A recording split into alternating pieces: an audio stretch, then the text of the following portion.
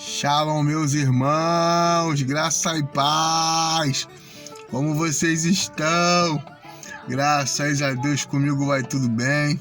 Olha eu aqui mais uma vez, né? Para honra e glória do nosso Deus. Eu tô bem, aleluia. Glórias a Deus. E você, como você está, né? Saúde a todos os papais do Senhor Jesus aí, né? Que a graça e a paz do nosso Deus esteja convosco. Né? Mais um dia aí na presença do Eterno. Oh, glória a Deus. Irmãos, deixar uma passagem aí para os irmãos nessa noite abençoada, né? Se encontra no livro de João, capítulo 10, versículo 1. Aleluia, vem dizendo que o ladrão não veio somente para matar, roubar e destruir, né? Mas Cristo veio para a vida e vida em abundância. Eu, antes de gravar para os irmãos, né, estava vendo um testemunho do meu pastor João Nunes. Eu gravei esse testemunho deles, eu vou colocar na íntegra aí para os irmãos, mas antes eu quero falar algo para os irmãos, né? Que tudo que mata, rouba e destrói, né, é relacionado a Satanás, né? Porque ele atua na vida, né, das pessoas, e por isso que é causado todo esse dano, e ele causa todo esse dano na vida das pessoas. Irmãos, como você pode ver, eu estou no carro, né, e eu estou na rua. O carro vai acabar virando meu estúdio, hein? Glória a Deus, para gravar vídeo para os irmãos, hein? Então, Satanás, ele mata, rouba e destrói, tá? E tudo é relacionado a ele, a matança, o roubo, né? Tem uma história que eu ouvi há muito tempo, acho que eu já contei no canal para os irmãos. Eu vou mais uma vez falar para vocês que não ouviram. Tem algumas pessoas novas no canal, né? Talvez não tivesse ouvido. Vem dizendo sobre um fazendeiro que ele prende o seu cavalo, e Satanás, ele vai e solta o cavalo que o fazendeiro prendeu. E então o fazendeiro, ele tinha uma rixa, né, com um outro fazendeiro da fazenda ao lado. E ele coloca no seu coração que foi o seu vizinho, o outro fazendeiro ao qual ele tinha uma rixa, que soltou o seu cavalo. Aí este fazendeiro vai lá, né, o dono do cavalo, vai na fazenda vizinha e mata o fazendeiro, o seu vizinho. E os filhos do fazendeiro que morreu fica sabendo quem foi que matou seu pai. Vai e mata o dono do cavalo. O dono do cavalo, os filhos do dono do cavalo, vai tirar satisfação com os filhos do fazendeiro, ao qual, né, supostamente soltou o cavalo. Chega lá e mata os filhos do fazendeiro que supostamente soltou o cavalo. Irmãos, e assim foi uma matança generalizada. E os diabos no inferno, né, eles começam a ver as almas chegando e perguntam: o que está acontecendo? Aí chega até o diabo, o qual tinha soltado o cavalo, e pergunta: cara, o que tu fez lá em cima? O que tu fez na terra? Tanta alma chegando, tanta morte chegando aqui embaixo, tantas almas, o que tu fez? E ele fala assim: cara, eu não fiz nada, eu só soltei o cavalo que estava preso.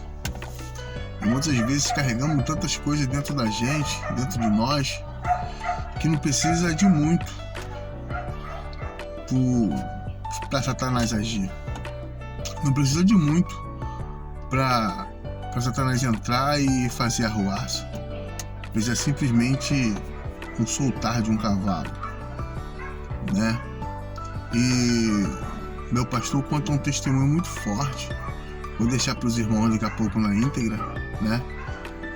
Fica aí nesse vídeo, não sai daí que eu vou contar para os irmãos. Ele vai contar para você o testemunho da família dele, como era a família dele, como era a casa dele, como era isso tudo, né? E no testemunho ele fala que uma como é que fala? Fugiu o nome agora da memória, né? Com a maldição acompanhava a família dele. E teve que ser quebrada essa maldição. Essa maldição teve que ser quebrada. E eu quero dizer nessa noite, nessa hora, que o mal ele existe, tá? O mal ele existe, assim como o bem existe, o mal também existe. E Satanás precisa somente de uma casa vazia para ele entrar, fazer morada, fazer arruaça. Por isso tantas mortes, por isso tantas coisas acontecendo, tá? Porque ele está encontrando muitas casas vazias, né? E o que devemos fazer? Devemos ocupar a nossa casa.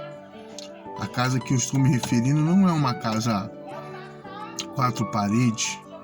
A casa que eu estou me referindo não é uma casa onde você mora, o teto onde você mora. Não. A casa que eu estou me referindo é você. Você é a casa, tá? Você tanto é a casa espiritual para Deus, quanto você é uma casa espiritual para Satanás, tá? Ou para o diabo. Você é uma casa espiritual. Então vai depender de você quem é que você quer que more em você. Se você quer que Deus more em você, né? Aquele que mora tem que... O dono da casa tem que expulsar o inquilino que está aí. Entendeu? Então nessa noite, se você ouviu essa palavra, ouviu essa mensagem, né? E quer que Jesus more em você, quer que Deus more em você, ei, tá na hora. Expulsa esse valente que tá aí, porque o mais valente tá chegando, que se chama Jesus. É só uma reflexão para você, tá? Para sua casa, para sua vida. E desde já compartilha esse canal. Tô sempre aqui com uma palavra de paz, uma palavra de vida, uma palavra de ânimo para você, uma palavra que vai te levar para o céu, tá bom? Eu vou deixar na íntegra o testemunho do meu pastor, tá bom? Fiquem todos na paz, que Deus os abençoe, em nome de Jesus. Ia para esse negócio, então isso vem trazendo para a família. Eu já até falei uma certa feita aqui que a minha tia, ela faleceu, né? Faleceu com muita idade.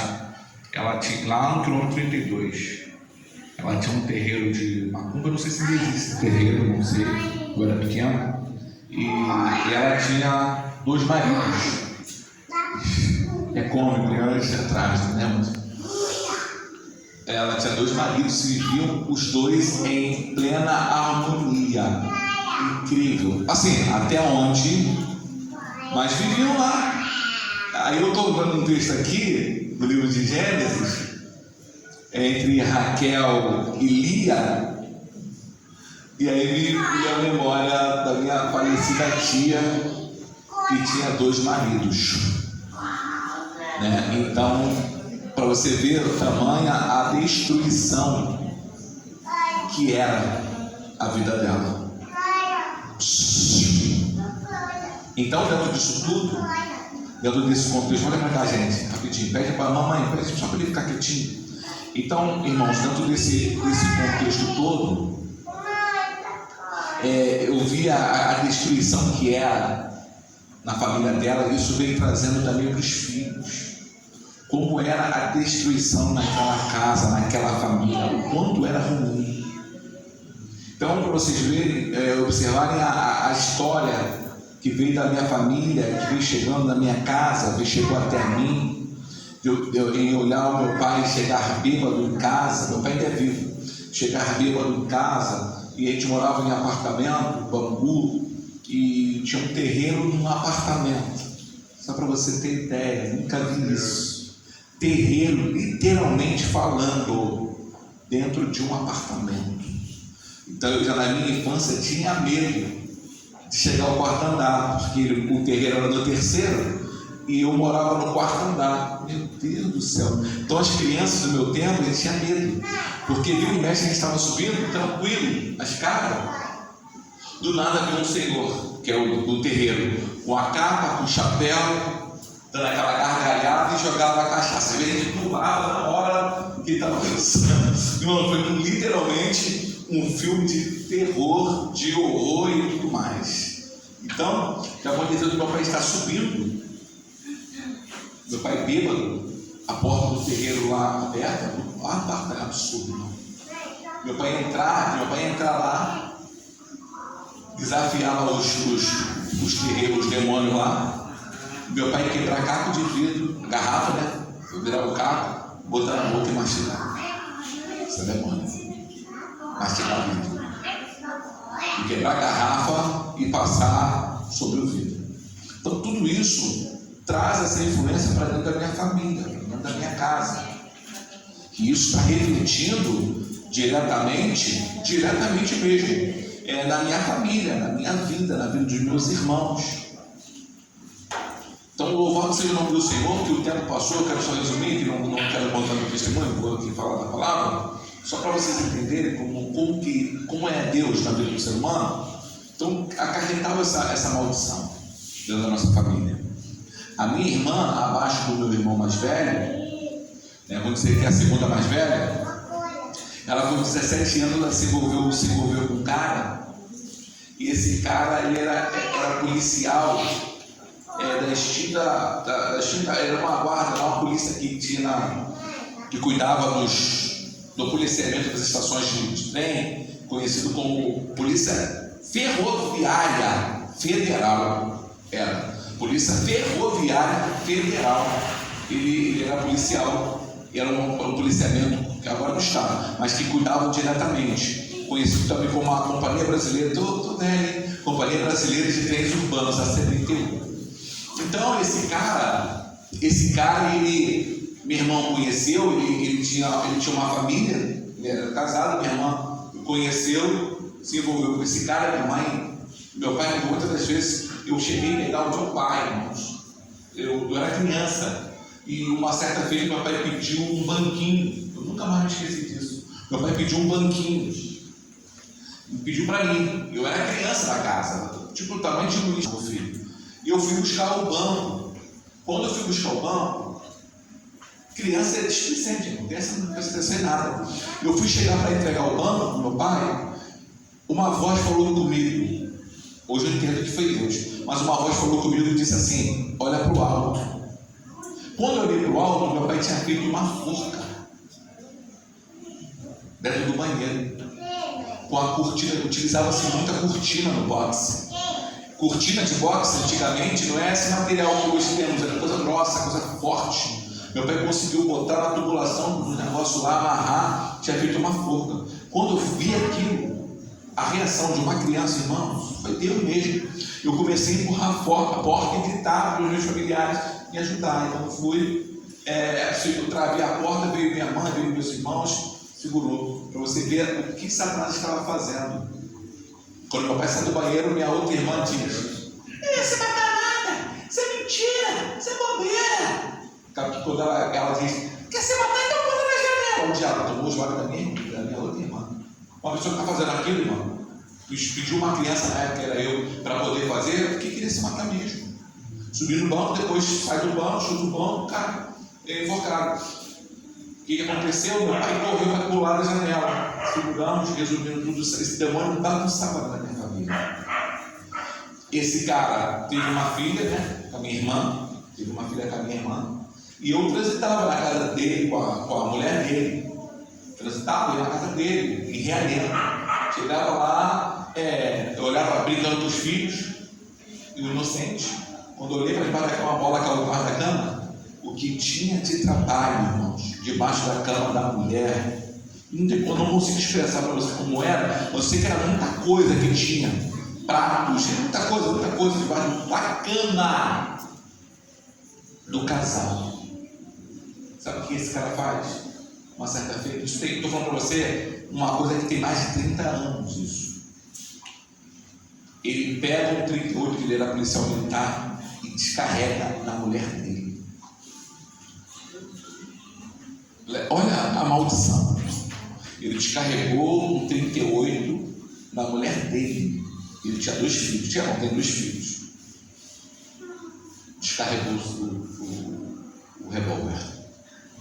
Ele saiu com o revólver assim, pendurado no dedo dele assim, andando igual uma múmia na rua. E as pessoas: o que houve? Ele pega em flagrante, cumpriu lá a pena dele, depois ficou mais de 30 anos isso. Então olha a destruição. Depois disso tudo, sabe o que acontece? Passa o tempo todo e tal. Ele vai na casa da minha irmã, que ele morava também com ela, e ela estava trabalhando. Ele foi lá para atacar fogo nela na casa. Como ela não estava, ele queimou a casa da minha irmã todinha. Isso está refletindo na minha vida, está refletindo na vida do eu era pequeno, na nossa casa. Essa maldição dentro da nossa família. O que acontece? O tempo passa, minha mãe ia no terreiro de macumba e me levava as crianças, os pequenos, sem entender, e quando eu chegava lá no terreiro, ficava uma fila que tinha que dar benção para a vovó. Ela fumando cachimbo, e todo mundo que vinha, ela puxava isso menino, puxava o charuto e baforava todo mundo. Aí se abaixava e tem essa avó. Aí eu tô indo, quando cheguei na minha vez, a minha mãe: dá benção à avó. Eu vou dar benção a ela? Eu nunca mais disse isso. Eu era criança. Ela não é minha avó, claro, irmãos, eu não estou sabendo da dimensão. Mas eu tinha pavor daquilo, já de criança, eu tinha, sabe, um pavor. Aí ela mandando beijar: para com isso, o que você quer? Pode ter respeito. Mas eu não beijei a mão da vovó, que era o capeta, né, irmão? Graças a Deus, Senhor, aleluia. Então, dentro desse contexto, mas é aquilo, irmãos, por mais que possamos fazer qualquer coisa, rejeitar, tem gente que chuta macumba, tem não sei o quê, você não tem condições alguma sem Jesus. É verdade. Não adianta. Pode falar que não sei o quê, que eu não vou, que eu detesto, mas irmãos, não adianta. Então toda essa destruição foi acontecendo na nossa família. Aí minha mãe se converte ao Senhor. Muita coisa. Minha mãe se converte ao Senhor. Depois que minha mãe se converte ao Senhor, começa a caminhar na presença de Deus, né? E aí o meu irmão, até aí, meu irmão mais velho já era pastor, né? Eu bem mais novo, já era pastor. Então tudo isso foi quebrando toda uma maldição dentro da nossa família, porque meu irmão se converteu, mas quebrou a maldição na família dele, na casa dele. Tudo, por mais que ele orasse por todos nós, mas não tem jeito, tem que se agarrar em Jesus Cristo. E aí o tempo foi passando, aí eu fui, depois minha mãe veio, foi quebrando tudo isso, toda essa maldição, toda essa destruição. Na parte do meu pai, irmãos, é incrível, a gente consegue observar até os dias de hoje a atuação demoníaca na família do meu pai. Da minha mãe teve, sim, mas do meu pai foi muito forte esse negócio. Um primo meu, homossexual, ele chegou lá na igreja do Recreio, logo no início que eu fui para lá, ele era homossexual, o vírus do HIV. Você não que eu estou falando do HIV, irmãos? Eu não estou falando do HIV agora, eu estou falando do HIV há mais de 20 anos também, que era muito difícil, a vida das pessoas é muito mais rápida, né, devido à falta da medicação. Hoje a pessoa consegue conviver com o vírus. Então Jesus curou ele estava pele e osso, já para a morte. Meu primo, Jesus curou ele foi para o exame, contou testemunho, levou aquele montão de remédio, largou a macumba, se casou, teve uma filha. A mulher dele não tem o HIV, a filha sem o HIV. O tempo passou, voltou para o homossexualismo, largou tudo, perdeu família, porque não tem mais condições, né, com a mulher. Nem dava mais para orar por ele, porque ele voltou para o homossexualismo e ela, né, seguiu a vida dela. E ele quis até hoje, infelizmente. Então, para você ver, essa é parte do meu pai. Então, se tem meu sangue, está refletindo. Eu tenho uma irmã que até hoje ela passa por problemas na parte sentimental, na parte de saúde, em tantas coisas que você vê a influência maligna. Então, assim, o que eu quero dizer com isso tudo aqui, para a gente entrar aqui no texto aqui? O que eu quero dizer? Que a nossa alma, podemos dizer que ela tem, se é que podemos dividir, né? Mas você tem a palavra, você tem o pensamento, tem a palavra e tem a ação. A alma, que eu quero dizer, é o meu intelecto, né? Então, ela, dentro desse contexto todo, ela vai funcionar para determinar muitas questões acerca da minha vida e da nossa vida. Por que eu estou falando isso? A gente se depara com um texto, agora vamos entrar no texto, e guarda isso que eu falei. A gente vai entrar no texto, no capítulo 29 de Gênesis, que